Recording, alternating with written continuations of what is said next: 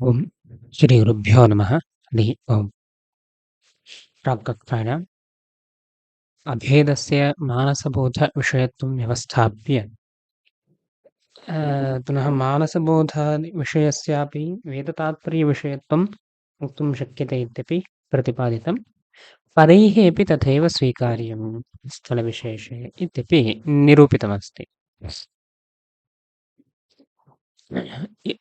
तत्र नैयायिकैः अपि यजेतस्वर्गकामः इत्यस्मिन् स्थले विध्यर्थः इष्टसाधनत्वं। फलमस्ति स्वर्गः, परन्तु तत्र स्वर्गकामः इति स्वर्गकामनायां विशेषणत्वेन स्वर्गः अन्वितः अस्ति इति कृत्वा तत्र पुनः इष्टेन सह अभेदान्वयः न भवति। अतः मानसबोधे एव तत्र इष्टस्वर्गयोः अभेदभानं भवति इति तैः अपि स्वीकार्यमित्येवं निरूपितं। तत्र पुनः अग्रे विचारः क्रियते। अरुणैकहायन्योः अभेदस्य शाब्दत्वोपपादनं। यदि तु त्वया एतादृशदोषभिया स्वर्गादिसाधनत्वमेव शक्त्या लक्षणया वा लिङ्गर्थः स्वर्गादिपदञ्च तात्पर्यग्राहकम् इत्यभ्युपेयते, तदा मयापि नीलपदोत्तरप्रथमार्थस्य गुणविशिष्टद्रव्यस्य स्व अभिन्नघटवृत्तिकर्तृत्वसंसर्गेण भावनान्वयः इत्येवं वक्तुं शक्यते इत्येवं। यदि तु त्वया नैयायिकेन यदि एतादृशदोषभिय इत्यस्य अयमर्थः यजेतस्वर्गकामः इत्यस्मिन् स्थले अंशद्वयं पूर्वं निरूपितं। स्वर्गस्य इष्टेन सह अभेदबोधः मानसः इत्येवम्। इष्टे स्वर्गाभेदबोधः मानसः। अनन्तरं द्वितीयं इष्टे स्वर्गभेदनिश्चयप्रतिबद्धः शाब्दबोधो न भवति, अपि तु मानसबोधः एव भवति इत्येवम् अंशद्वये निरूपितम्। अतः पुनः मानसबोधाद्यङ्गीकृत्य तत्र निरूपणं कर्तव्यमित्याद्यपेक्षया तादृशदोषाद्यपेक्षया अत्र शाब्दबोधे एव स्वर्गादिसाधनत्वं प्रतीयते। कथं? शक्त्या लक्षणया वा। उपस्थित इष्टविशेष इत्येवं किञ्चिदुक्त्वा उपस्थित इष्टसाधनत्वम् इत्यादिकम् उक्त्वा तत्र उपस्थितं यदिष्टं तदेव तत्र शक्त्या इष्टमिति तत्र उपलक्षणत्वेन शक्यतावच्छेदकोक्षौ उपलक्षणत्वेन स्वीकृत्य स्वर्गसाधनत्वमेव तत्र प्रतीयते। यथा तत्र सर्वादिशब्दस्थले यदा निरूपणं क्रियते वक्तृबुद्धिविशेषविषयतावच्छेदकत्वम् उपलक्षणीकृत्य घटत्वावच्छिन्नः घटः पटत्वावच्छिन्नः पटः सर्वशब्देन बुध्यते। नाम वक्तृबुद्धिविशेषे तदादिशब्दस्थले तत्र सर्वशब्दस्थले तथा नास्ति, क्षन्तव्यः। सर्वशब्दस्थले तु उद्देशतावच्छेदक व्यापकविधेयव्याप्य पर्याप्तिक यावत्त्वावच्छिन्नः प्रतीयते इत्येवं तत्र निरूपणमस्ति। परन्तु तदादिशब्दस्थले तथा उच्यते। किं? वक्तृबुद्धिविशेषविषयतावच्छेदकत्वम् अपलक्षणीकृत्य घटत्वावच्छिन्नः घटः पटत्वावच्छिन्नः पटः इत्येवं रीत्या प्रतीतिरस्ति इति यथा उच्यते, तत्त्वेन प्रतीतिर्भवति इति यथा उच्यते, तद् तत्रापि उपस्थित इष्टतावच्छेदकत्वम् उपलक्षणीकृत्य स्वर्गत्वेन स्वर्गः तत्र अवगम्यते, सादृशस्वर्गत्वेन स्वर्गनिरूपितसाधनत्वमपि अवगम्यते इति अपि कदाचित् शक्तीव प्रतिपादनं कर्तुं शक्यते इत्येवम्। अथवा लक्षणया वा भवतु तथा निरूपणं तत्र पुनः उपलक्षणादिकं प्रवेशनीयं भवति। उपलक्षणादिकं यदि पुनः प्रवेशते पुनः गौरवं भवति, शक्तिग्रहे गौरवं भवति। किञ्च तत्र तदादिशब्दस्थले विशेष्ये तथा अस्माभिरुच्यते। नाम घटत्वेन घटः तत् शब्दस्य शक्यार्थः अस्ति। अत्र तु तथा नास्ति, शक्यतावच्छेदके विशेषतः भानं वक्तव्यम्। अतः उपलक्षणत्वमपि शक्यं प्रत्युपलक्षणमिति न, शक्यतावच्छेदकस्य उपलक्षणं। शक्यतावच्छेदक अपि किञ्चित् तथा शक्यतावच्छेदकम् उपलक्षणम् इत्यादि किञ्चित् ग्राह्यं भवेत्। अतः गौरवं भवति इत्यादि यदि विवक्ष्यते लक्षणे यावत् लिङ्गर्थः भवतु इति स्वीकृत्य स्वर्गादिसाधनत्वमेव तत्र प्रतीयते। अतः तत्र मानसबोधे इष्टस्य स्वर्गेण सह अभेदबोध इत्याद्यपेक्षा एव नास्ति। स्वर्गसाधनत्वमेव तत्र लिङा प्रतीयते, शक्त्या वा लक्षणया वा इत्येवं स्वीक्रियते। तत्र स्वर्गादिपदं च तात्पर्यग्राहकम् इत्युच्यते। लक्षण इत्यदि अङ्गीक्रियते तर्हि लक्षणायां किं प्रमाणम् इति चेत् तत्र स्वर्गादिपदं तात्पर्यग्राहकम्।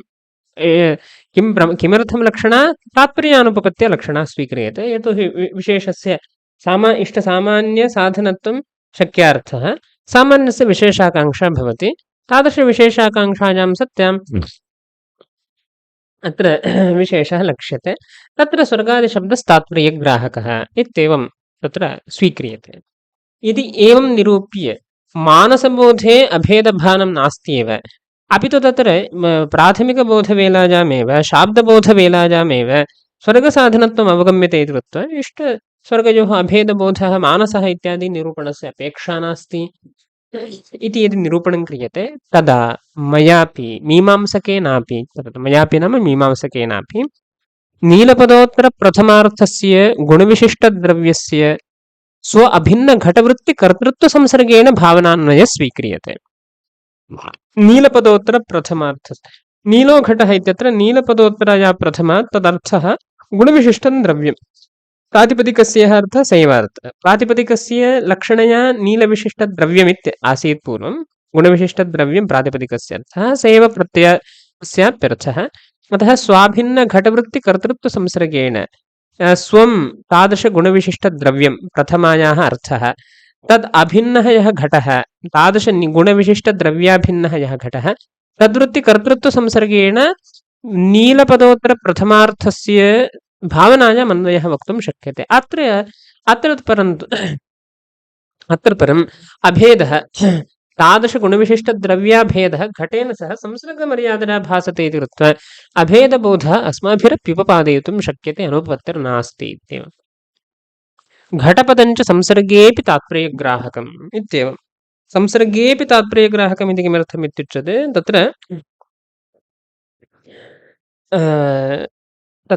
शक्यार्थः विवक्षितः, शक्यार्थस्त्यागो नास्ति, शक्यार्थः विवक्षितः, संसर्गांशेऽपि तात्पर्यग्राहको भवति इति। यथा अत्र अन्यत्र नै शब्दस्थले अस्माभिर्विचारः क्रियते चेत् नपचति चैत्रो नपचति नपचेत् इत्यादिकं यदि उच्यते, नपचेत् इत्यादिकम् उच्यते,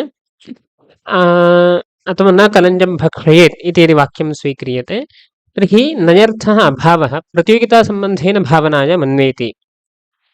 अनन्तरं तादृशविध्यर्थः व्यापारः यः वर्तते तस्य भावनान्वये अभेदः अपि घटकत्वेन अस्ति इति तात्पर्यग्राहकः भवति।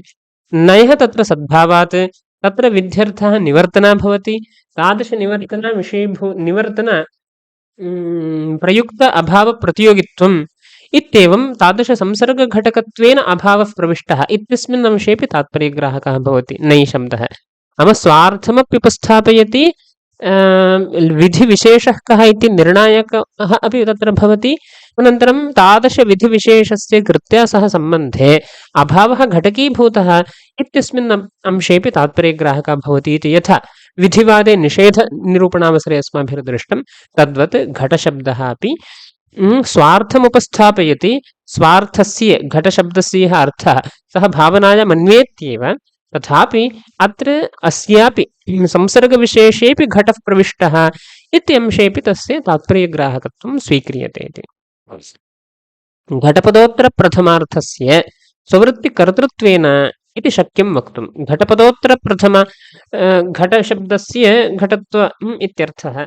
तदुत्तरकाले या प्रथमा अस्ति तस्यापि घटत्वम् इत्यर्थः। लक्षणया घटः इति वा स्वीकर्तुं शक्यते। घटत्वावच्छिन्नः घटः लक्षणया अर्थः।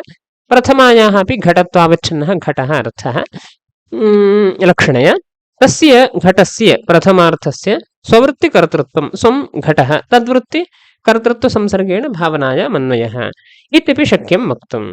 तर्हि अभेदः नीलपदोत्तरप्रथमार्थस्य भावनान्वयकाले अभेदः घटेन सह तत्र प्रतीयते इति कृत्वा अभेदबोधः मानसः इति वक्तव्यस्य अपेक्षा मीमांसकानामपि नास्ति।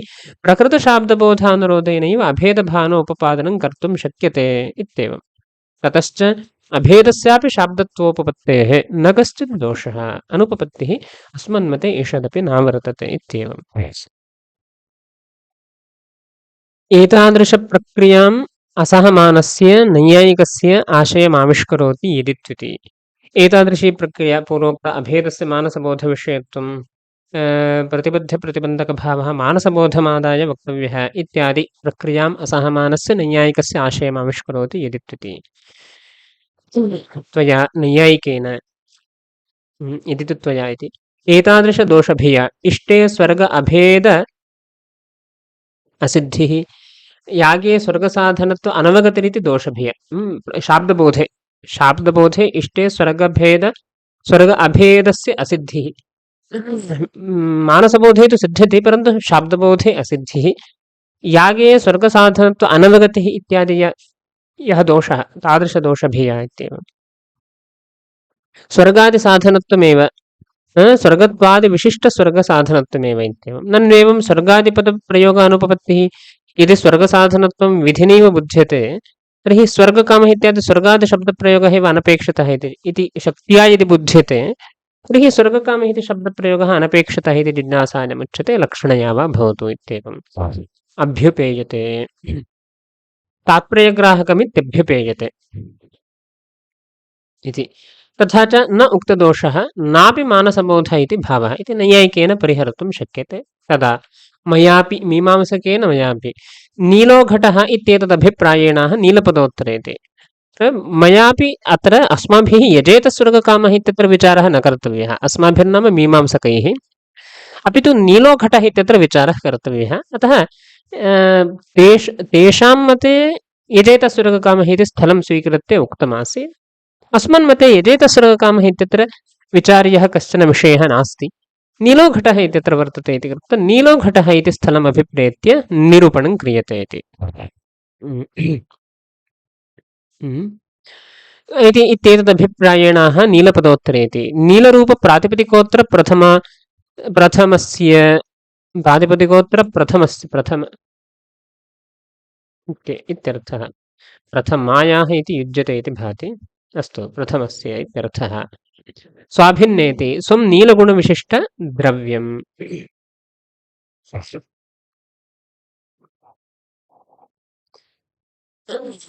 स्वाभिन्नघटवृत्तिकर्तृत्वसंस्करणे स्वं नीलगुणविशिष्टद्रव्यम्। ननु घटादिपदं प्रथमाविशेषार्थे तात्पर्यग्राहकं तावता तच्चारितार्थ्यात् कथं प्रकृतार्थसिद्धिः अतः घटादिपदं चेति। इदानीं घटादिपदं च संसर्गविशेषेऽपि तात्पर्यग्राहकमित्यस्ति। घटादिपदं प्रथमाविशेषार्थे तात्पर्यग्राहकम्।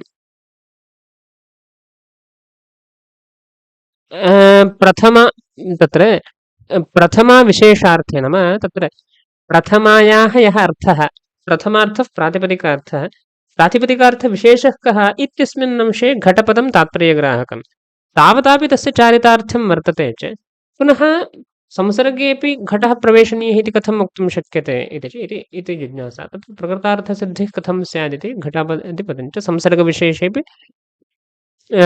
तात्पर्यग्राहकं भवति, शक्यं वक्तुमिति। एवञ्च सर्वपदार्थानां भावनायामेव अन्वयः इति मम मतेऽपि अभेदबोधस्य शाब्दत्वं निष्प्रत्यूहम् इति भावः। सर्वेषां भावनायामन्वयः इत्युच्यते चेदपि अभेदबोधः मया वक्तुं शक्यते एव संसर्गकुक्षौ घटाभेदं प्रवेश्येति तदाह ततश्चेति निरुक्तरीत्याश्रयणादित्यर्थः।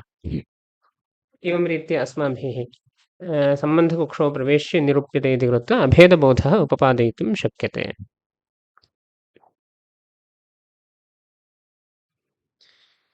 वाक्यान्तरकल्पनया अभेदान्वयोपपादनम् आख्यातलक्ष्ये कर्तरि प्रथमार्थस्य अन्वय खण्डनमित्यंशद्वयम्। केचित्तु विशिष्टविध्यादौ विशेषणविध्यादिवाचकपदसमूहकल्पनावत् अभेदबोधकवाक्यान्तरकल्पना एव इत्याहुः। केषाञ्चित् पक्षः अत्र निरूप्यते। कैश्चित् मीमांसकैः अभेदबोधः एवं समर्थ्यते। कथम् विशिष्टविध्यादौ विशेषणविध्यादिवाचकपदसमूहकल्पनावत् सोमेन यजेत इत्यत्र सोमयागविशिष्टभावना विधीयते विशिष्टभावनाविधानमस्ति तदन्यथानुपपत्य विशेषणविधिः कल्प्यते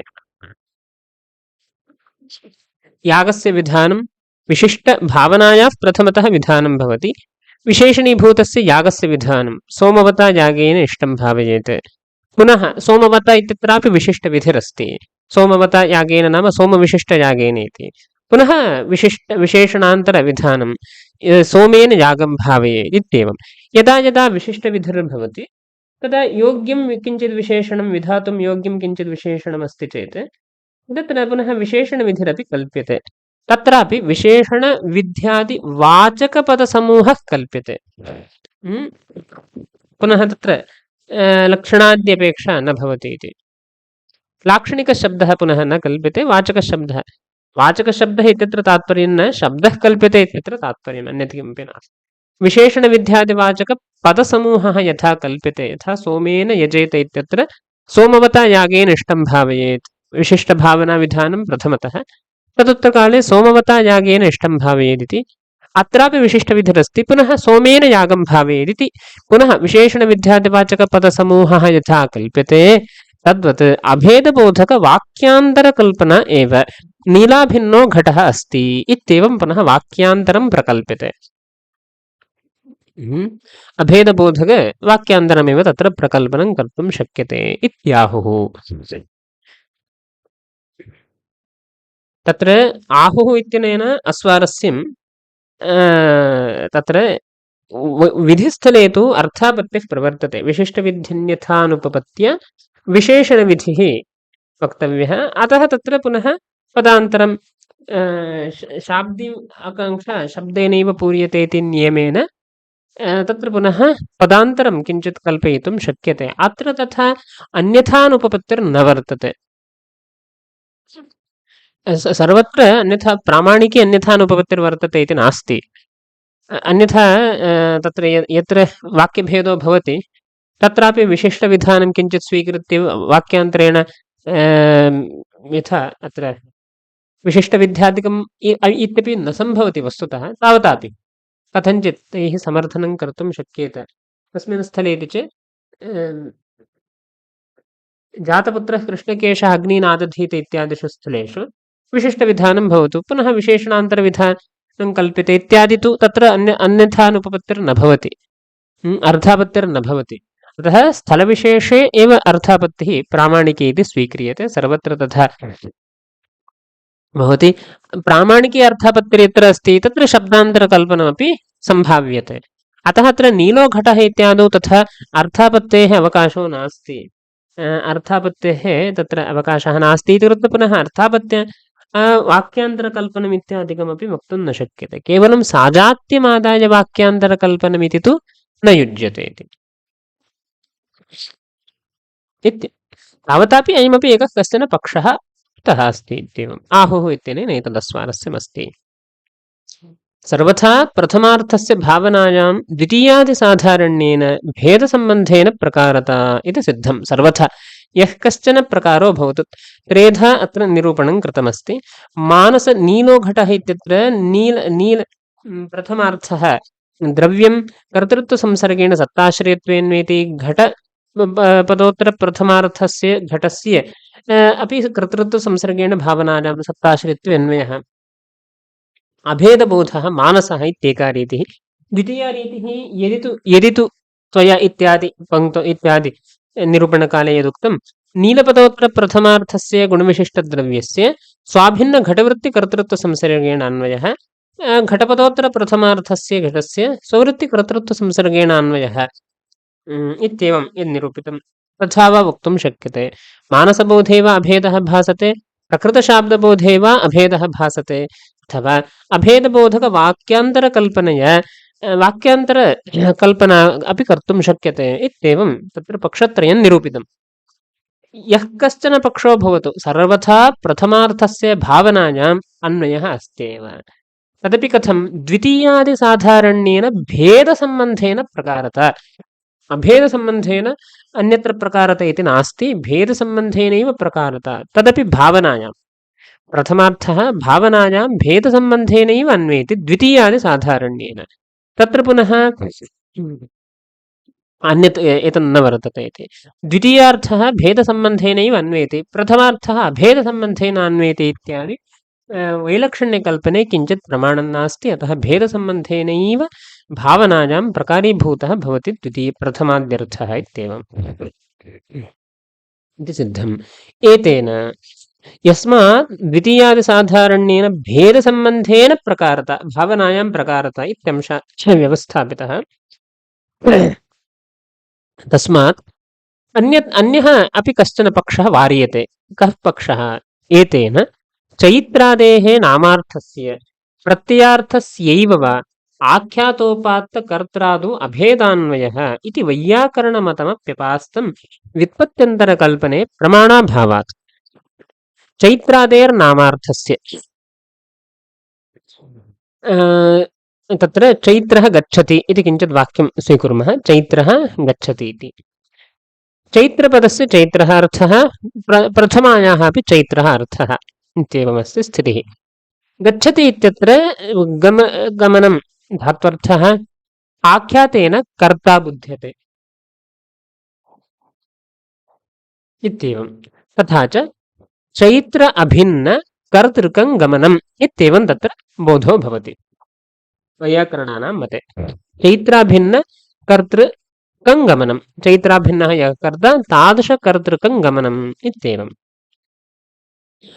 अतः अत्र चैत्रादेर्नामार्थस्य, नामार्थस्य साक्षात् अभेदसम्बन्धेन कर्त्रादौ आख्यातेन उपात्तः यः कर्ता तस्मिन् कर्तरि चैत्रादेर्नामार्थस्य अन्वयः इत्येवं। चैत्रादेर्नामार्थस्य तत्र अन्वयः स्वीक्रियते। अथवा प्रथमाविभक्तेः अर्थः, यतोहि प्रथमायाः प्रातिपदिकार्थे विधानमस्ति इति कृत्वा प्रथमाविभक्तेः यः अर्थः सः तत्र आख्यातोपात्ते कर्तरि अभेदसम्बन्धेन अन्वेति यत् किञ्चित् भवतु। तत्र प्रथमायाः कश्चन अर्थविशेषः नास्ति इति विचिन्त्य चैत्रादेर्नामार्थस्य इत्युक्तं। साधुत्वार्थं प्रथम इति पक्षमाश्रित्य चैत्रादेर्नामार्थस्य इति पक्षः। न तत्र प्रथमायाः साधुत्वार्थकत्वं न, प्रथमायाः कश्चन अर्थः वर्तते एव, प्रातिपदिकार्थेव प्रथमार्थः इति यदि पक्षः स्वीक्रियते, द्वितीयं प्रथमार्थस्यैव। आख्यातोपात्तकर्त्रादौ, आख्यातोपात्तः यः कर्ता कदाचित् कर्म भवति। चैत्रेण पच्यते इत्युच्यते च, ओदनः पच्यते इत्युच्यते च, तत्र कर्मणि अभेदेन अन्वयः, ओदनस्य कर्मण सह अभेदान्वयः इत्येवम्। आख्यातोपात्तेन कर्मणा सह अभेदान्वयः इत्येवम्। चैत्रः गच्छति कर्तरिप्रयोगः अस्ति इति कृत्वा चैत्रस्य कर्त्रा सह आख्यातोपात्ते कर्तरि अभेदेनान्वयः स्वीक्रियते इति वैयाकरणमतं। तदप्यपास्तं। किमर्थम् उक्तम् अस्माभिः? भेदसम्बन्धेन भावनायामेव प्रकारता वक्तुं शक्यते द्वितीयादिसाधारण्येन। द्वितीयाविभक्त्यर्थः भेदसम्बन्धेन भावनायाम् अन्वेति, तर्हि प्रथमाविभक्त्यर्थः अभेदसम्बन्धेन कथं कर्तरि अन्वेतुं प्रभवति? व्युत्पत्त्यन्तरकल्पने प्रमाणं किञ्चित् नास्ति। अयमंशः किमुच्यते, उत्सर्गनियमेन न सिद्ध्यते। उत्सर्गतः यः नियमः तेन नियमेन अयमंशः न सिद्ध्यते इति। अतः व्युत्पत्त्यन्तरं कल्पनीयं भवति। तद् गौरवमस्ति, तादृशगौरवमस्ति। कीदृशव्युत्पत्त्यन्तरम् इति चेत् प्रथमार्थनिष्ठप्रकारतानिरूपितविशेषतासम्बन्धेन शाब्दबुद्धित्वावच्छिन्नं प्रति आख्यातोपात्त कर्तृपस्थितिः कारणम्, आख्यातोपात्तकर्तृकर्माद्युपस्थितिः कारणम् इत्येवं कार्यकारणभावः, तदपि अभेदसम्बन्धेन। द्वितीयादिषु नास्ति। अस्माभिस्तु सामान्यतः कथमुच्यते इति चेत् विभक्त्यर्थ प्रत्ययार्थ लिङ्गसङ्ख्या व्यतिरिक्त प्रत्ययार्थनिष्ठ भेदसम्बन्धावच्छिन्न प्रकारतानिरूपितविशेषतासम्बन्धेन शाब्दबुद्धित्वावच्छिन्नं प्रति लिङ्ग अनन्वयी पदोपस्थितिः विशेषतासम्बन्धेन, लिङ्गानन्वयी भावनोपस्थितिर्विशेषतासम्बन्धेन कारणम् इत्येवम् एकः कार्यकारणभावः अत्र विभक्ति विभक्त्यर्थभावनयोर्मध्ये एकः एव कार्यकारणभावः। भवतां तु अत्र व्युत्पत्त्यन्तरं कल्पनीयं स्यात् इति कृत्वा गौरवम्। तादृशव्युत्पत्त्यन्तरकल्पने किञ्चित् प्रमाणं नास्ति। यदि तथा अन्वयः सूत्रशिष्टो स्यात् अथवा किञ्चित् प्रमाणमूलकं स्यात् निपातार्थानमन्यत्र अन्वयोऽपि प्रामाणिकः अतः तत्तु स्वीक्रियते निपातः अस्ति चेत् निपातार्थः यत्र क्वचित् अन्वेतुं प्रभवति तात्पर्यानुरोधेन तत्तु स्वीक्रियते परन्तु अत्र तथा नास्ति विभक्त्यर्थे विशेषतः तथा न वर्तते इति कृत्वा एतादृशव्युत्पत्त्यन्तरकल्पनं प्रामाणिकं न भवति इत्येवम्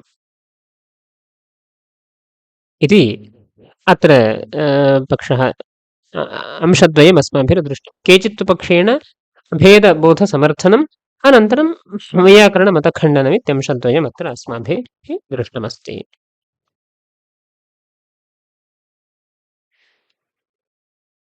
पुनः तत्र व्याख्यानं वाक्यान्तरकल्पनया अभेदानुभवम् अङ्गीकुर्वतां मतमाः वाक्यान्तरं प्रकल्प्य अभेदबोधः समर्थयितुं शक्यते इति केचित्विति विशिष्टविध्यादौ सोमेन यजेत इत्यादौ गुणविशिष्टयागविधिस्थले विशिष्टविधिर्नाम सोमेन यजेत इत्यादि यत्र गुणविशिष्टयागः विधीयते तस्मिन् स्थले विशेषणविध्यादि इति अयमर्थः सोमेन यजेत इत्यादौ धात्वर्थकरणावरुद्धायां भावनायां सोमादिगुणानां करणत्वेन साक्षादन्वय असम्भवात् धात्वर्थस्य कारकत्वेन भावनातः उत्तार्य धात्वर्थेऽपि तेन रूपेण अन्वय अनुपपत्तेः अवश्यं यागवृत्त्येव करणत्वम् अभेदेन तृतीय अन्तसोमादिपदैः अभिधेयम् इति सोमादिपदेषु मत्वर्थलक्षणया यागी वृत्तिराश्रयणीया विशिष्टविध्यादिषु स्थलेषु अनुपपत्तिः का वर्तते इति प्रथमतः निरूप्यते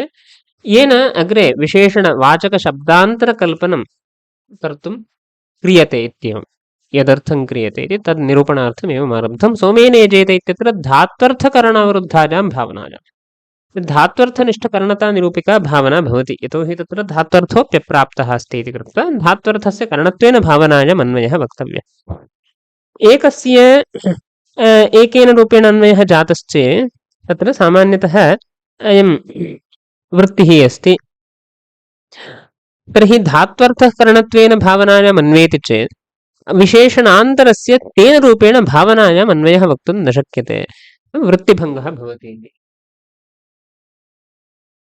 तत्र यद्यपि तथा वृत्तिव्यवहारो नास्ति तथापि सामान्यतः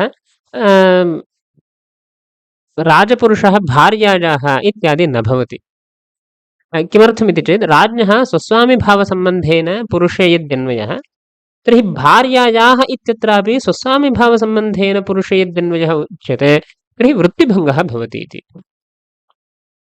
सम्बन्धान्तरेण तु इष्यते पतिपत्नीभावः इत्यादि किञ्चित् स्वीक्रियते चेत् इष्यते परन्तु स्वस्वामिभावस्तु नेष्यते यतोहि राजा इति यद्विशेषणं तस्य विशेषणस्यापि स्वस्वामिभावसम्बन्धेन अन्वयः अस्ति चेत् पुनः पदान्तरोपात्तभार्यायाः स्वस्वामिभावसम्बन्धेन तत्र विशेषणत्वम् अङ्गीकर्तुं न शक्यते इति तद्वत् तत्र प्रथमोपस्थितधात्वर्थस्य करणत्वेन यद्यन्वयः वर्तते चेत् पुनः सोमस्य पदान्तरोपात्तस्य सोमस्य करणत्वेन अन्वयः वक्तुं न शक्यते इति इत्येवम् आपत्तिः अतः धात्वर्थकरणावरुद्धायां भावनायां सोमादिगुणानां करणत्वेन साक्षात् अन्वयः वक्तुं न शक्यते असम्भवात् वृत्तिभङ्गः भवति अतः धात्वर्थस्य कारकत्वस्तु तर्हि एतन्न भवति चेत् धात्वर्थे सोमस्य अन्वयः भवतु सोमनिष्ठकरणतानिरूपकः धात्वर्थः इति भवतु इति शङ्का धात्वर्थस्य कारकत्वेन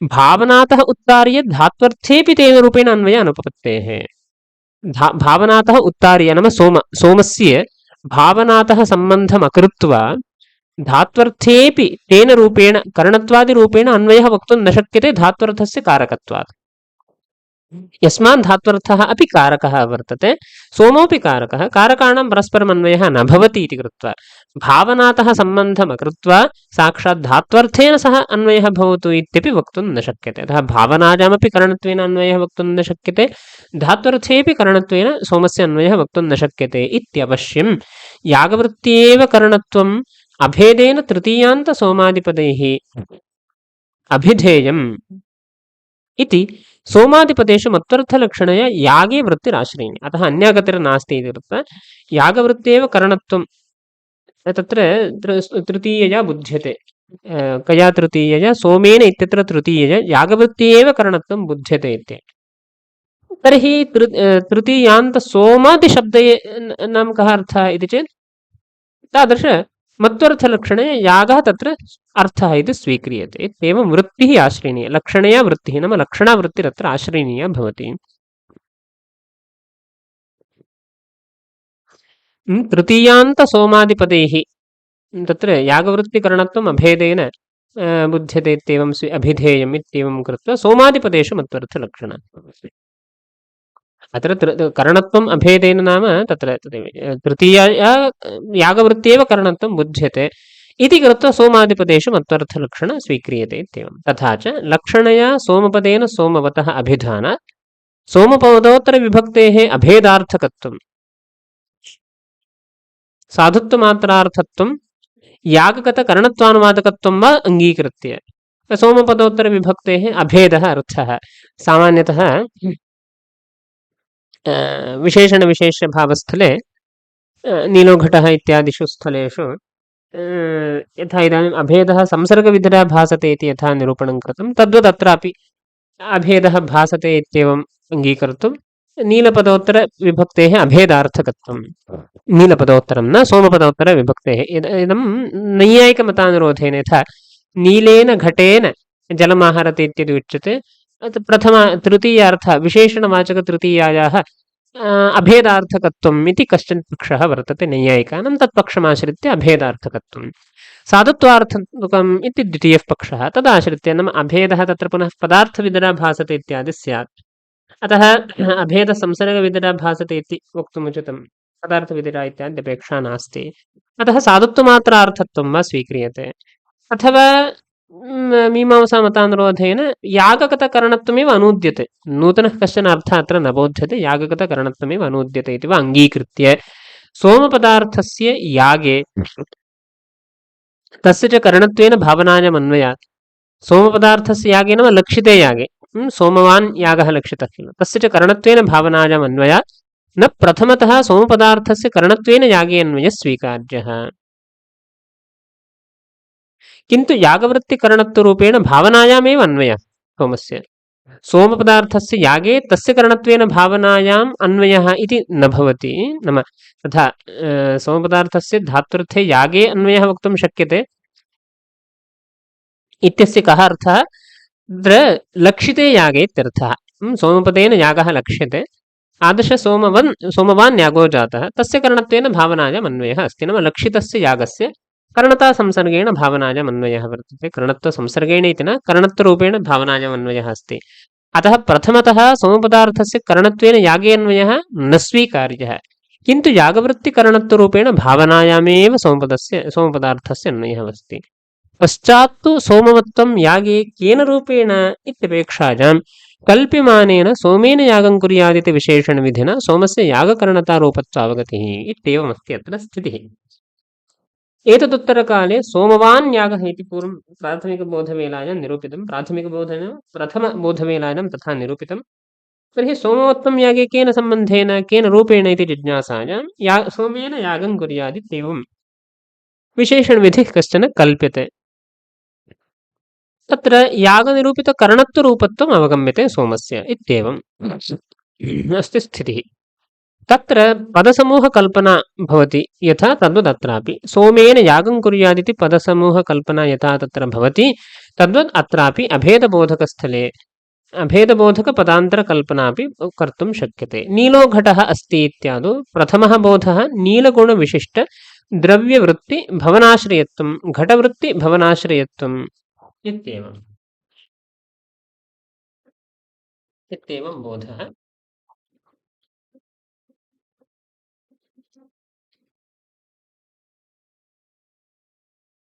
ततः द्रव्यस्य परिच्छेदकाकाङ्क्षावशात् नीलाभिन्नो घटः इत्यभेदबोधकं वाक्यान्तरं कल्पनीयम् वाक्यान्तरं कल्प्यते यथा सोमेन यजेते इत्यत्र उक्तं तद्वत् तत्रापि वाक्यान्तरं प्रकल्पनीयम् अरुणावाक्येऽपि सोमवाक्ये इव लक्षणाश्रयणेन प्राथमिकबोधः अभेदबोधकपदसमूहकल्पना च स्वीक्रियते अरुणवाक्यस्थलेऽपि तथा सोमवाक्ये यथा लक्षणाश्रयणं तद्वदरुणवाक्येऽपि वस्तुतः अरुणवाक्ये लक्षणा नास्ति इति सिद्धान्तः अस्मदीयसिद्धान्तः इति भवतु। तत्र पूर्वपक्षिणापि लक्षणा न स्वीक्रियते इति। अरुणशब्दस्य पूर्वपक्षेऽपि लक्षणा नास्ति। अस्तु, लक्षणाश्रयणेन प्राथमिकबोधः अभेदबोधकपदसमूहकल्पना च स्वीक्रियते इति एतैः उच्यते। वस्तुतः तथा नास्ति इति भाति। एव शब्देन मानसस्य स्वाभिन्नद्रव्यवृत्तिकर्तृत्वसंसर्गस्य व्यावृत्तिः। कल्पना एव इत्याहुः इत्यनेन किं व्यावर्त्यते? मानसस्य स्वाभिन्नद्रव्यवृत्तिकर्तृत्वसंसर्गस्य व्यावृत्तिः। नाम मानसबोधः, मानसे अभेदः मानसबोधविषयः इति एकः पक्षः उक्तः। अनन्तरं स्वाभिन्नद्रव्यवृत्तिकर्तृत्वसंसर्गेण वा अन्वयः भवति इति द्वितीयः पक्षः उक्तः। अनयोः पक्षयोः वारणं क्रियते एवकारेण। प्रकरणार्थम् उपसंहरते सर्वथा इत्यादि। पुनः अत्र एतेन चैत्रादेर्नामार्थस्य इत्यादि उक्तम्। तत्र उच्यते प्रथमान्तार्थस्य तिङर्थकर्तृकर्मणोः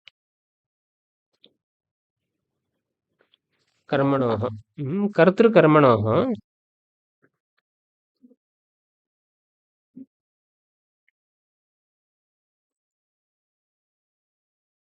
प्रथमान्तार्थस्य तिङर्थकर्तृकर्मणोः अभेदेनान्वयः।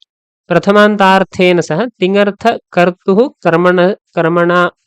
कर्मणः वा अभेदेनान्वयः इति दीक्षितभूषणकारादि वैयाकरणानां मतं निराकरोति एतेनेति। द्वितीयादिसाधारण्येन एककार्यकारणभावस्वीकारेण प्रथमार्थस्यापि भावनायाम् एव अन्वयेन इत्यर्थः। द्वितीयादिसाधारण्येन एककार्यकारणभावकल्पनलाघवानुरोधेन प्रथमार्थस्य भावनायामेव भेदसम्बन्धेन अन्वयः यस्मात् स्वीकृतः तस्मात् अयं पक्षोऽपि न समीचीनः इत्येव।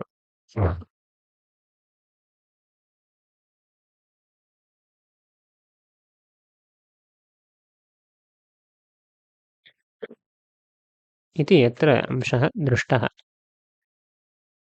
अग्रे मूलम्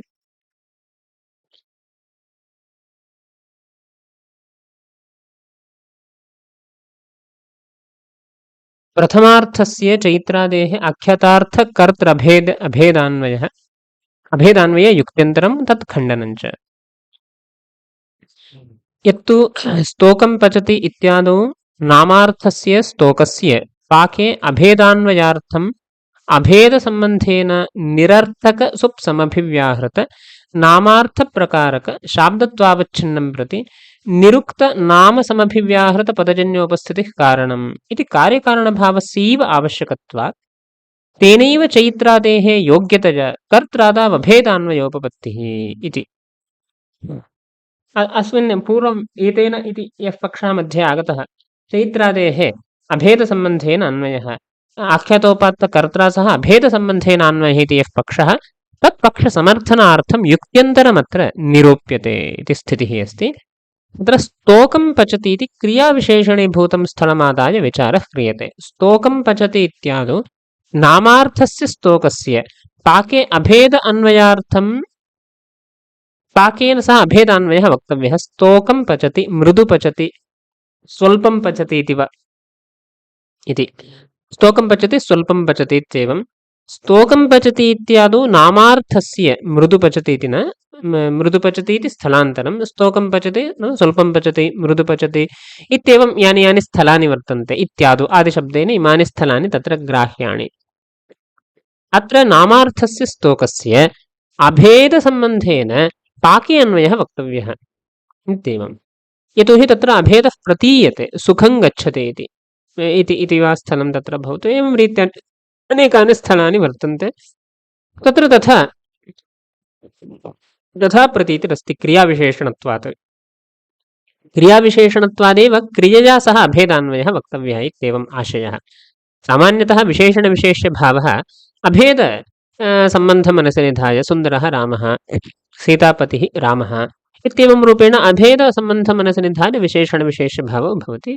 क्रियाविशेषणं चेत् क्रियया सह अभेदसम्बन्धः वक्तव्यः। अतः धात्वर्थेन सह अभेदेन अन्वयः उच्यते चेत् क्रियाविशेषणत्वं यथावदुपपादयितुं शक्यते इत्यभिप्रायः। अतः स्तोकस्य नामार्थस्य स्तोकस्य पाके अभेदान्वयार्थम् अभेदान्वयः वक्तव्यः, यतोहि तत् क्रियाविशेषणमस्ति।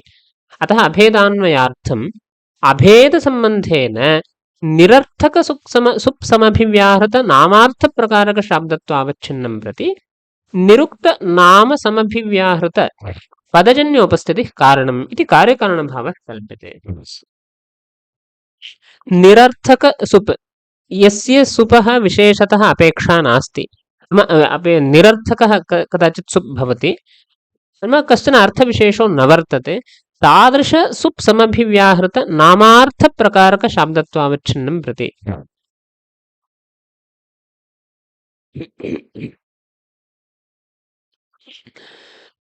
प्रकृते इदानीं निरर्थकसुप् अस्ति, स्तोकम् इत्यत्र द्वितीय तादृश निरर्थक सुप् समभिव्याहृत नामार्थः स्तोकादिरूपनामार्थः तादृश नामार्थप्रकारकशाब्द तदपि अभेदसम्बन्धेन इत्यत्र प्रकारकशाब्दत्वावच्छिन्नं प्रति निरुक्तनामसमभिव्याहृत पदजन्योपस्थितिः। निरुक्तनाम नाम निरर्थक सुप् समभिव्याहृत नाम तत्समभिव्याहृतं यत्किञ्चित् पदं तज्जन्योपस्थितिः, योग्यं पदं किञ्चित् तज्जन्योपस्थितिः कारणम् इति कार्यकारणभावस्य आवश्यकत्वमस्ति।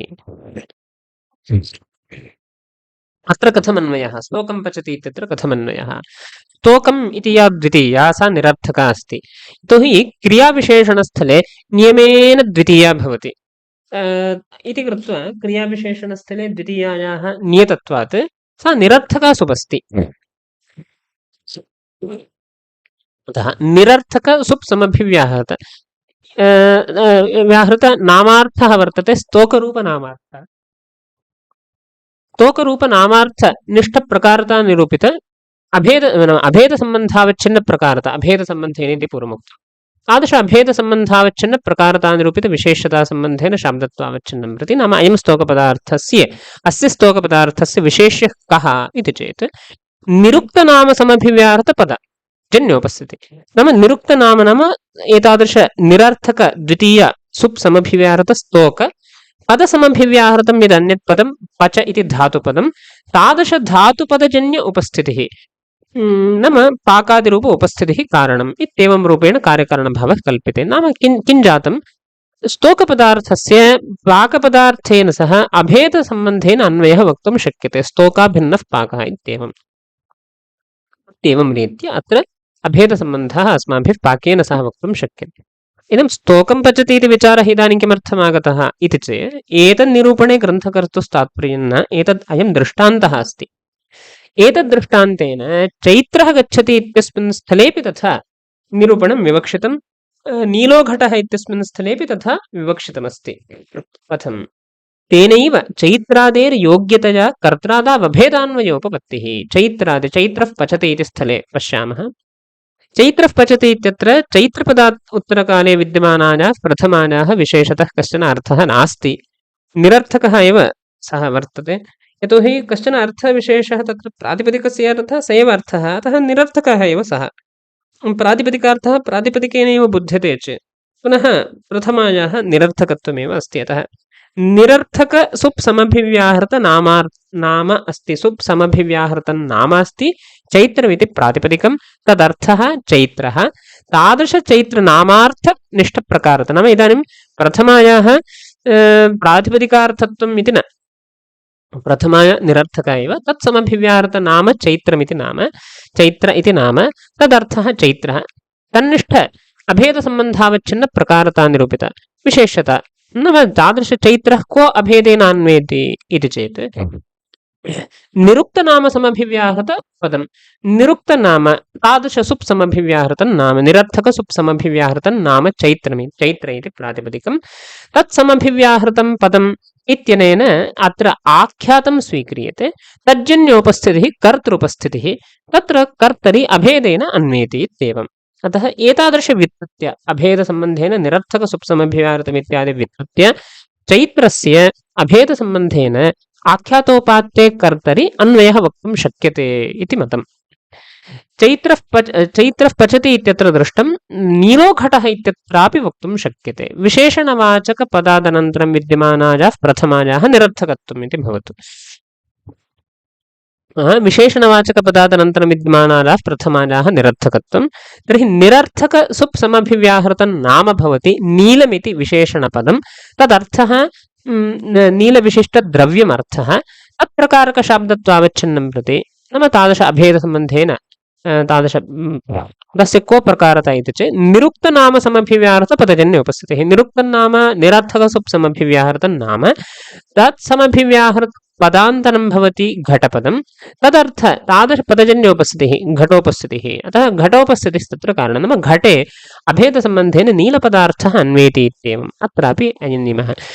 आहत्य त्रिषु स्थलेषु अस्य नियमस्य अस्माभिः समन्वयः प्रदर्शितः। स्तोकं पचति इत्यत्र क्रियाविशेषणस्य धात्वर्थ अन्वये अयं नियमः उपकरोति, नाम इयं व्युत्पत्तिः उपकरोति। एवञ्च चैत्रः पचति इत्यत्र प्रथमान्तार्थस्य चैत्रस्य आख्यातोपात्तेन कर्त्रा सह अभेदान्वये अपि अयं नियमः नाम इयं व्युत्पत्तिः सहकरोति। एवञ्च नीलो घटः इत्यत्र अभेदान्वयेपि एतद् इयं व्युत्पत्तिः तत्र उपकारिणी वर्तते इत्येवं रूपेण एवम् अस्माभिर्वक्तुं शक्यते किल इति। अतः तत्र व्युत्पत्त्यन्तरकल्पने प्रमाणाभावादिति पूर्वं यद् निरूपितं तन्न सम्यक्।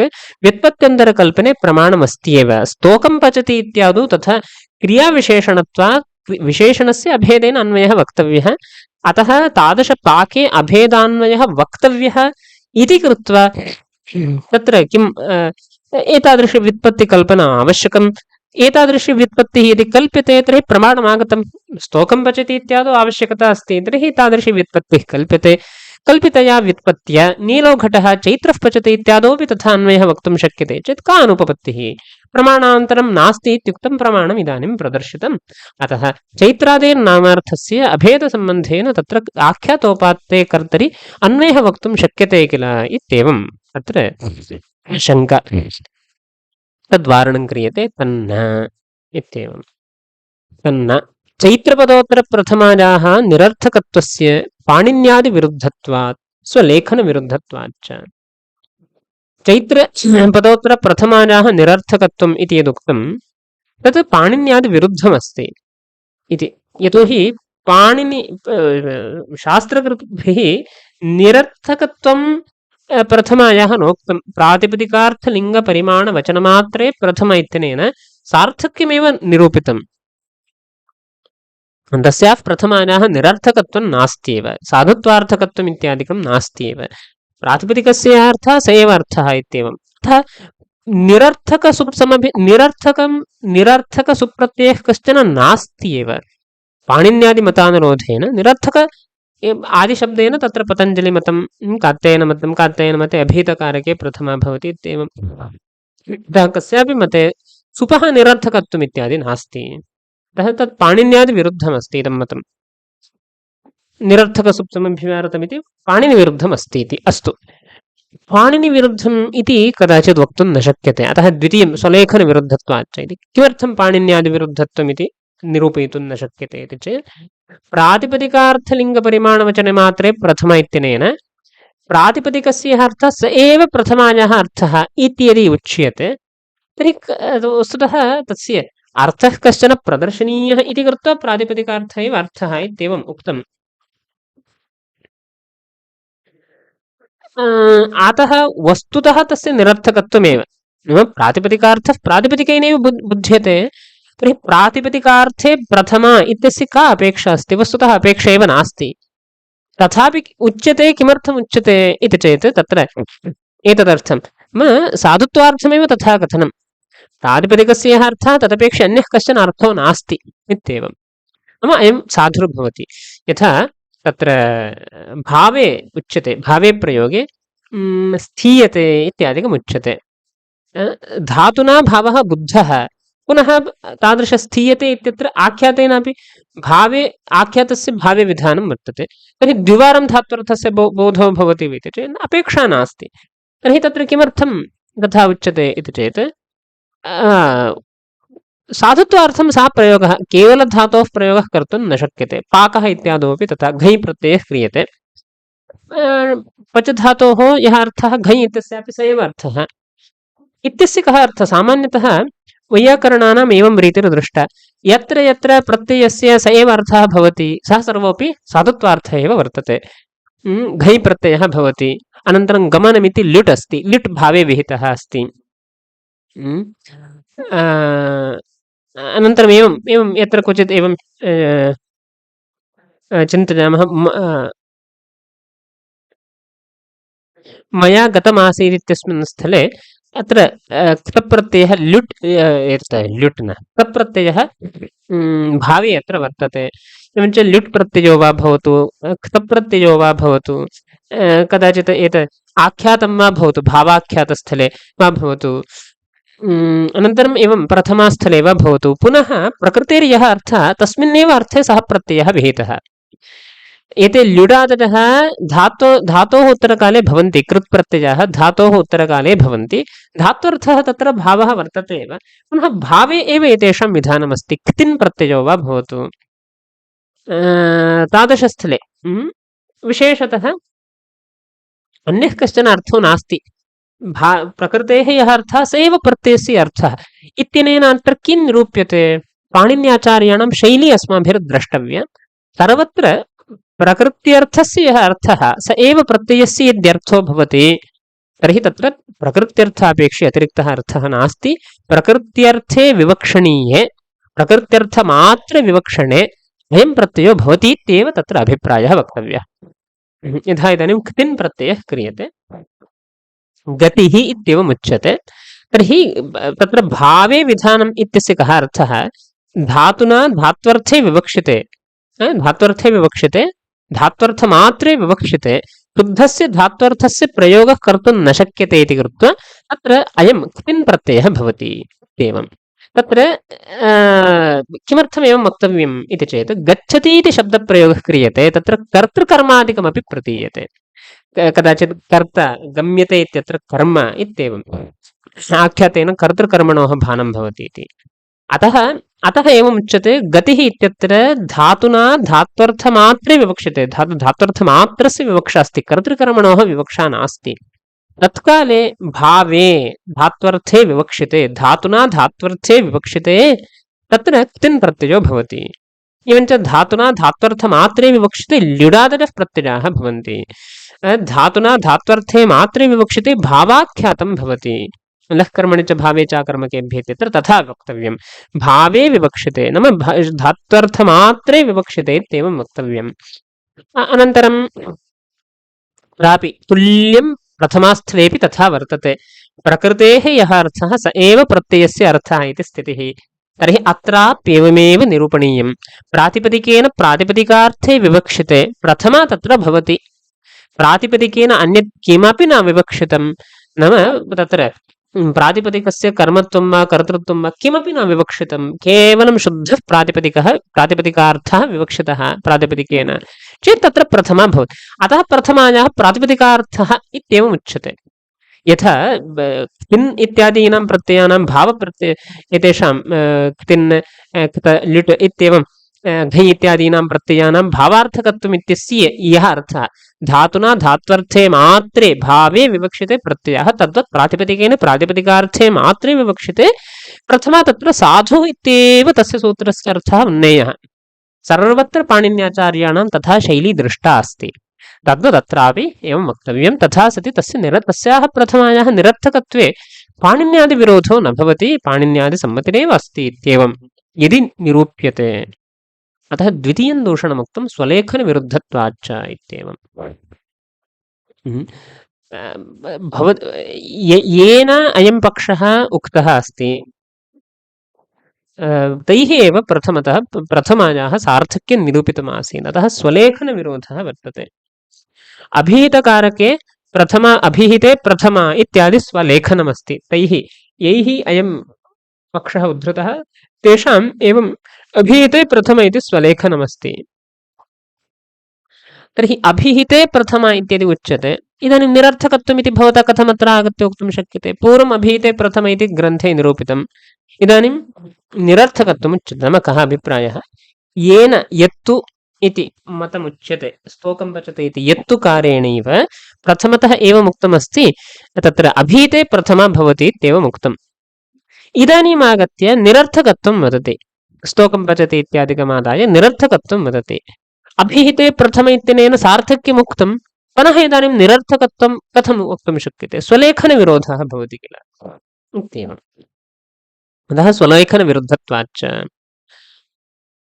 स्तोकं तत्र स्वलेखनविरोधोऽपि परिहर्तुं शक्यते। अतः अन्यत् दूषणमुच्यते व्युत्पत्तिकल्पनायाः असिद्धेश्च इत्येवम्। किमर्थं स्वलेखनविरोध? अत्र अभिहिते प्रथमा इति यद्यपि यत्तुकारेण पूर्वं निरूपितम्, इदानीम् अत्र आगत्य चैत्रः पचते स्तोकं पचति इत्यादिषु स्थलेषु निरर्थकसुप् इत्यादिकमपि वदति। तर्हि स्वलेखनविरोधः इति भाति। अभिहिते प्रथमा चेत् प्रथमायाः अभिहितकारकमेव अर्थः इति प्रतीयते। कर्तृत्वम् आख्यातेन अभिहितं चेत् कर्तृत्वं प्रथमार्थः, कर्म आख्यातेन अभिहितं चेत् कर्मत्वम् आख्यातार्थः इत्येवम्। इदानीम् आगत्य निरर्थकत्वं वदति इति स्वलेखनविरोधः इति या शङ्का सा न युज्यते। किमर्थं?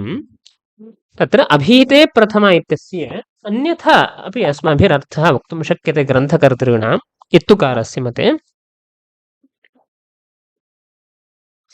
इति कथं भवति? अभिहिते प्रथमा इत्यस्य आख्यातेन यत् कारकम् अभिहितम्, आख्यातेन यत् कारकम् अभिहितं तत्पदादनन्तरम् अभिहितपदादनन्तरं प्रथमा विभक्तिर्भवति इत्येवम्। तत्र कर्मणि द्वितीया इत्यादि यतः उच्यते अनभिहिते आख्यातेन तत्र तद्धित नाम आख्यातादिना कर्मणः अभिधानं यदि नास्ति तर्हि कर्मपदादनन्तरं द्वितीया भवति। कर्मणि द्वितीया इत्यस्य कः अर्थः? कर्मणि आख्यातेन कर्मणि अनभिहिते सति कर्मवाचकपदादनन्तरं द्वितीया भवति। वस्तुतः कर्मवाचकम् इत्यस्य कर्मपदादनन्तरं कर्मसम्बन्धि यत् पदं नाम ग्रामादिपदं तदनन्तरं द्वितीया भवति इत्येवं। तद्वत् अभिहिते प्रथम इत्यस्य कः अर्थः वक्तव्यः? आख्यातेन कश्चन अर्थः अभिहितश्चेत् तद्वाचकपदादनन्तरं प्रथमा तत्र भवति इत्येव वक्तव्यम् इत्येवं तत्र अभिप्रायः। कर्मणि द्वितीये इति यथा निरूप्यते तद्वदत्रापि इत्येवम् उक्त्वा अभिहित बोधकत्वे इं सप्तमी इति न, सति सप्तमी वक्तव्या। अभिहिते सति आख्यातेन यस्य कारकस्य अभिधानं जातं तथा सति तत्कारकपदादनन्तरं प्रथमा तत्र भवति इत्येव तत्र उच्यते। अभिहिते बोधनीये प्रथम इति न, वाच्यसप्तमी वा बोध्यसप्तमी वा नास्ति, अपि तु अभिहिते प्रथम इत्यस्य अभिहितकारके प्रथम इत्यस्य सति सप्तमी अस्ति। अभिहितकारके यत् कारकम् अभिहितं तथा सति तत्कारकपदादनन्तरं प्रथमा भवति इत्येवं तत्र निरूपणं क्रियते। अतः स्वलेखनविरोधो नास्ति। पूर्वमपि मया प्रथमायाः सार्थक्यं नोक्तम्। अभिहिते प्रथम इत्यत्र भवतां तथा भ्रमः स्यात्, इयं बोध्यसप्तमी वा वाच्यसप्तमी इति भ्रमः स्यात्। अस्माकं तु सा सति सप्तमी वर्तते। अतः प्रथमायाः पूर्वमपि निरर्थकत्वं मया नोक्तं, सार्थक्यं मया नोक्तं, निरर्थकत्वमेव अभिप्रेतमस्ति। इदानीमपि तदेव उच्यते इति स्वग्रन्थविरोधः यदि परिह्रियते अतः दूषणान्तरमुच्यते। एतादृशव्युत्पत्तिकल्पनैव न भवति इत्येव। स्तोकम् इत्यत्र स्तोकप्रातिपदिकार्थः स्तोकत्वं, द्वितीयार्थः लक्षणया आश्रयत्वं, प्रातिपदिकार्थः स्तोकत्वम् अस्य आकृत्यधिकरणन्यायेन आदौ निरूप्यते। तर्हि स्तोकम् इत्यत्र स्तोकत्वं प्रातिपदिकार्थः, द्वितीयार्थः लक्षणया आश्रयत्वम्, आश्रयत्वे लक्षणा स्वीक्रियते। स्तोकत्वाश्रयः इत्येवं भविष्यति। तस्य च साक्षात् परम्परया वा यथा तत्र विवक्षा अस्ति तथा साक्षात् यदि भवन्मतानुरोधेन पाके यद्यन्वयः वक्तव्यः तर्हि तत्र साक्षात् स्तोकत्वाश्रयी आश्रयीभूतः पाकः इत्येवं साक्षात् अन्वयः वक्तुं शक्यते आश्रयत्वस्य। यदि सर्वेषां भावनायाम् अन्वयः इत्यदि नियमः आद्रियते तर्हि तत्र परम्परया भावनायाम् अन्वयः वक्तव्यः।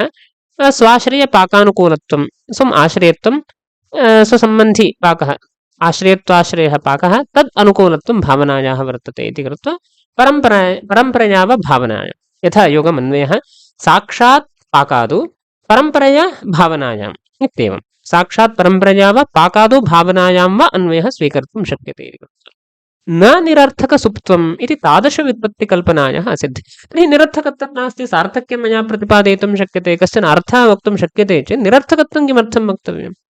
अतः निरर्थकसुप्तमेव नास्ति अत्र, सार्थक्यं मया उच्यते। निरर्थकसुप्तं यदि वर्तते चेत् भवदीया व्युत्पत्तिः निरर्थकसुप्तमेव नास्ति, मया अर्थः कश्चन निरूप्यते किल। अतः तादृशव्युत्पत्तिः अत्र नैव प्रवर्तते, तादृशकल्पनापि असिद्धा भवति इत्येवम्। तोकं पचति इत्येतदनुरोधेन अयं नियमः कल्पनीयः।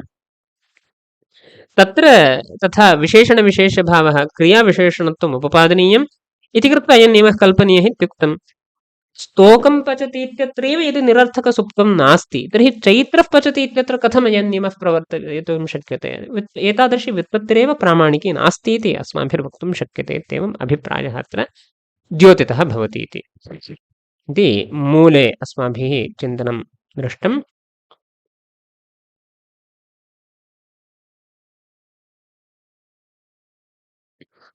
पुनः व्याख्यानं।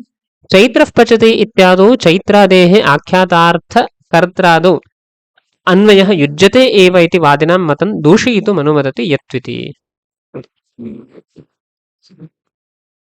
चैत्रः पचति इत्यादौ चैत्रादेः आख्यातार्थकर्त्रादाव अभेदान्वयः वक्तुं शक्यते एव इति वादी किञ्चित् उपन्यस्यति, तन्मतं दूषणीयम्, अतः यत्वित्याद्यारब्धम्। स्तोकं पचति इति, स्तोकमिति क्रियाविशेषणं द्वितीयान्तम् इति विभक्तिः न कर्मत्वार्थिक किन्तु निरर्थिक एव इति तन्मतानुरोधेन क्रियाविशेषणं वर्तते द्वितीयान्तं। विशेषणवाचकपदादनन्तरं द्वितीया सामान्यतः निरर्थिका भवति। नीलो घटः इत्यादौ एवं दृष्टमस्ति इति तदभिप्रायेण निरर्थिका द्वितीया। स्तोकपदार्थस्य अभेदेन धात्वर्थे विक्लित्तावन्वयः स्तोक अभेदेन विक्लित्तमन्वयः स्वीक्रियते। स्तोकाभिन्नः पाकः इति बोधः। ईषत् विक्लत्तिः स्वल्पविक्लत्तिः वर्तते इत्येवम्, अतः स्तोकाभिन्नः पाकः इत्येवम्। अत्र विभक्तेः अर्थवत्वाभावात् अन्वयोपपत्तये अर्थवत्वाभावात् निरुक्तकार्यकारणभावः स्वीकार्यः इत्येवम्। अत्र विभक्तेः कश्चन अर्थः नास्ति, तथापि अन्वयः अस्माभिरुपपादनीयः, अतः निरुक्तकार्यकारणभावः स्वीक्रियते। निरुक्तकार्यकारणभावः अभेदसम्बन्धेन निरर्थकसुप्समभिव्याहृतमित्यादि कार्यकारणभावः स्वीकार्यः। तदनुरोधेन चैत्रादेरपि आख्यातार्थे अन्वयोपपत्ते। यदि स्तोकं पचति इत्यस्मिन् स्थले अयं कार्यकारणभावः आवश्यकः तर्हि चैत्रः पचति इत्यस्मिन् स्थलेपि चैत्रादेः आख्यातार्थे अन्वयः उपपादयितुं शक्यते इति भावः। तदेतदाह निरर्थकेति। तेनैव चैत्रादेर्योग्यतया, तेनैव नाम तेन कार्यकारणभावेनैव योग्यतरा कर्त्रादावभेदान्वयः, कर्त्रादावभेदान्वयोपपत्तिः इति। कर्त्रादौ पचति इत्यादौ आख्यातार्थे कर्त्रादौ कीदृशकर्ता इति चेत् आख्यातोपात्ते कर्त्रादौ अभेदान्वयोपपत्तिः। तथा च चैत्राभिन्नकर्तृवृत्ति पाकानुकूलव्यापारः इति बोधः इति भावः। पाकानुकूलव्यापारः इति अस्माभिर्नोच्यते, तेषां तु पाकः इत्येव। चैत्रः पचति इत्यत्र चैत्राभिन्नकर्तृवृत्तिपाकः इत्येवं। पाकानुकूलव्यापारो नाम अन्यः कश्चन व्यापारः तत्र न भवति, मीमांसकमतवन् नास्ति। अस्तु, पाणिन्यादिविरुद्धत्वात् एवं तत्र स्वीकर्तुं न शक्यते। निरर्थकत्वस्य पाणिन्यादिविरुद्धत्वादिति आदिना कात्यायन पतञ्जल्योर्ग्रहणम्। पाणिनिः प्रातिपदिकार्थे प्रथमां विधत्ते, कात्यायनः अभीतकर्तृत्वकर्मत्वयोः प्रथमां शास्ति, पतञ्जलिः प्रथमायाः कारकविभक्तित्वम् अभ्युपैति इत्येवम् एतेषां मतमस्ति। अतः निरर्थकत्वमिति त्रिमुनिविरुद्धं भवति इति, अतः तद्विरोधः इति भावः। किञ्च स्वलेखनविरोधोऽपि वर्तते। अनभिहितकर्तृत्वे तृतीय, अभिहिते प्रथम इति स्वग्रन्थविरोधः इति भावः। स्वेनैव यत्तु कारेणैव पूर्वम् एतादृशनिरूपणापूर्वम् अभिहिते प्रथम इति निरूपितं, तेन सह अत्र विरोधः स्यात्।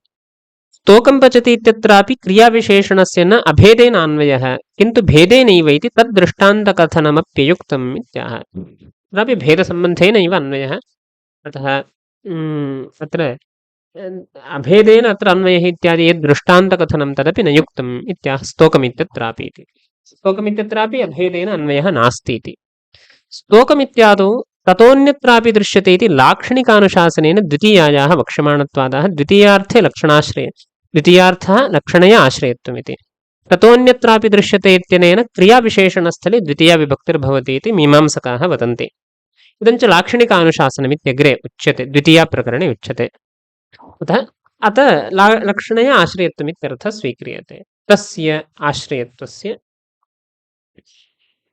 साक्षात् परम्परया इत्यस्ति, तस्य आश्रयत्वस्य भावनया सम्बन्धे यदि तात्पर्यं तदा साक्षादेव भावनायाम् अन्वयः, तदाह साक्षात्। यदि फलसम्बन्धे व्यापारसम्बन्धे वा तात्पर्यं तदा परम्परया भावनायाम् अन्वयः, तदाह परम्परयेति। एवम् अभिप्रायः। तत्र साक्षात् सम्बन्धेन भावनायां यद्यन्वयः तर्हि तथा वक्तुं शक्यते। पाकादौ यदि स्तोकत्वं विवक्षितं, नाम ई स्वल्पा कृतिरस्ति इति यदि विवक्षा अस्ति तर्हि साक्षात् भावनायाम् अन्वयः। यदि स्वल्पः पाकः इति विवक्षा अस्ति तर्हि परम्परया भावनायाम् अन्वयः इत्येवं तत्र व्याख्यानं तथा कृतमस्ति। परन्तु तत्र वैयाकरणमपि स्वीकृत्य पाकादोऽन्वयः उच्यते वा उच्यताम् इत्येवं, स्वमते तु भावनायाम् अन्वयः इत्येवम्।